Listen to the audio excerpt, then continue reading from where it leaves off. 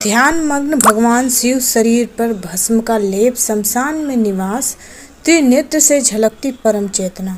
यह दृश्य आपको विचलित भी कर सकता है और विस्मित भी। आखिर भस्म का शिवजी से क्या संबंध है? क्या यह सिर्फ एक साधु की तरह प्रतीकात्मकता है या फिर इसमें छिपा है कोई दिव्य रहस्य? इस वीडियो में हम जानेंगे शिव और भस्म की रहस्यमयी कथा, जो हमें जन्म और मृत्यु, नाश्वरता और आत्मज्ञान का पाठ पढ़ाती है। भस्म का अर्थ क्या है? भस्म यानी अग्नि में जलाकर बची राख।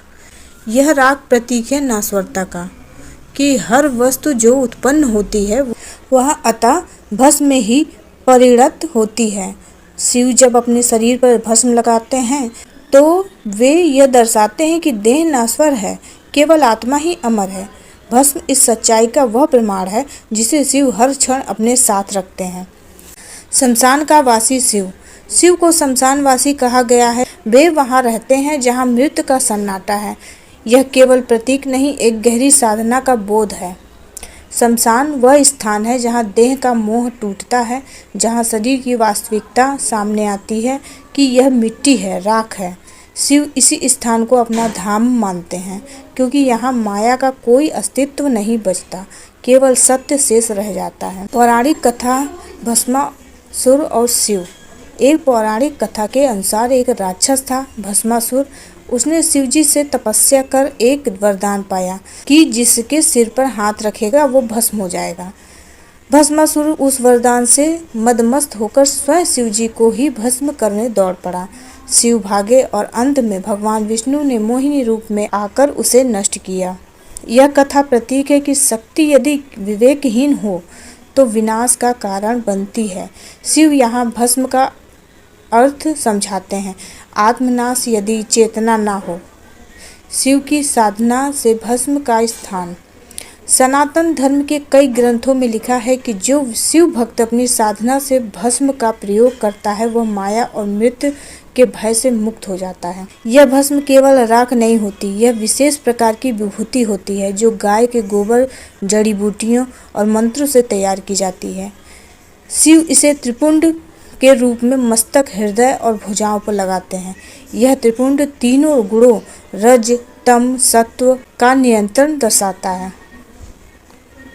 वैज्ञानिक दृष्टिकोण से भस्म का प्रयोग केवल आध्यात्मिक नहीं, वैज्ञानिक भी है। यह शरीर को ठंडा रखता है, त्वचा के विकारों को दूर करता है और मन को स्थिर करता है। आयुर्वेद में भस्म को औषधि माना गया है।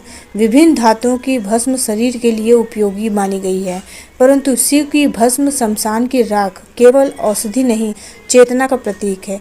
यह मृत्यु को आत्मसात करने की अवस्था है, जीवन और मृत्यु का संतुलन। शिव का भस्म लेप हमें यह सिखाता है कि जीवन में चाहे कितनी भी समृद्धि हो, अंत नाश्वरता ही है।